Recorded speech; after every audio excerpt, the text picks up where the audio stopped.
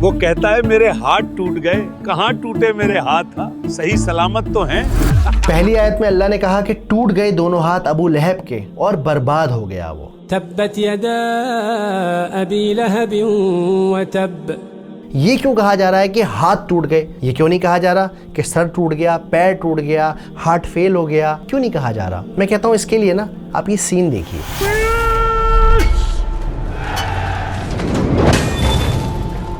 اس سین میں آپ نے نوٹس کیا ہوگا کہ کیسے ایک سپاہی نے، ایک فائٹر نے اپنے ہاتھ میں ایک تلوار لی ہوئی ہے اور دوسرے ہاتھ میں خود کو بچانے کے لیے اس کے پاس شیلڈ ہے، ایک ڈھال ہے۔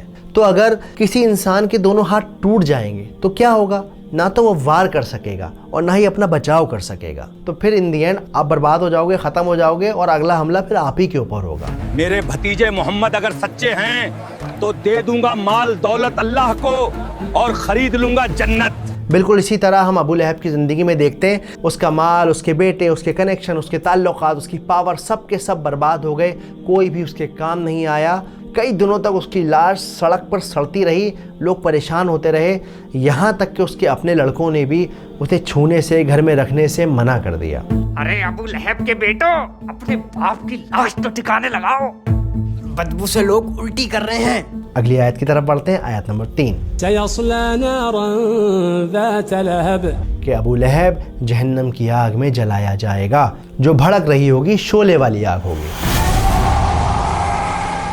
اب ہم بڑھتے ہیں چوتھی آیت کی طرف، وامرأته حمالۃ الحطب، اور اس آیت کا مطلب ہے کہ اس کی بیوی اپنے سر پر ایندھن اٹھائی ہوگی۔ اس کا کام یہ ہوگا کہ جلنا تو ہے ہی ہے، اور ساتھ میں آپ کو جانا ہے، اس کو جانا ہے اور جا کر یہ لکڑیاں لے کر آئے گی اور اس آگ کے اندر لکڑیاں ڈالے گی۔ لیکن یہاں مزے کی بات یہ ہے کہ اللہ تعالیٰ یہ بھی کہہ سکتے تھے کہ وہ جہنم میں جلے گی، وہ جہنم کا عذاب زندگی بھر جھیلتی رہے گی۔ یہی کیوں کہا کہ وہ لکڑیاں لے کر آئے گی؟ دیکھیے یہاں سمجھنے کی بات یہ ہے کہ وہ اپنی زندگی میں کیا کرتی تھی۔ آپ فکر نہ کریں، اب جو میں کہتی ہوں وہ کرتے جائیں بس۔ تو وہ اس دنیا میں اپنے ہسبینڈ کی نفرت کو فیول کرتی تھی، اس آگ کو بڑھانے میں اس کا ساتھ دیتی تھی۔ اسی وجہ سے اللہ سبحانہ و تعالیٰ نے آخرت میں اس کا عذاب یہ رکھا ہے کہ جاؤ، جا کے لکڑیاں اٹھا کے لے کے آؤ، ڈھو اپنے سر پہ اور اپنی آگ کو خود بھڑکاؤ۔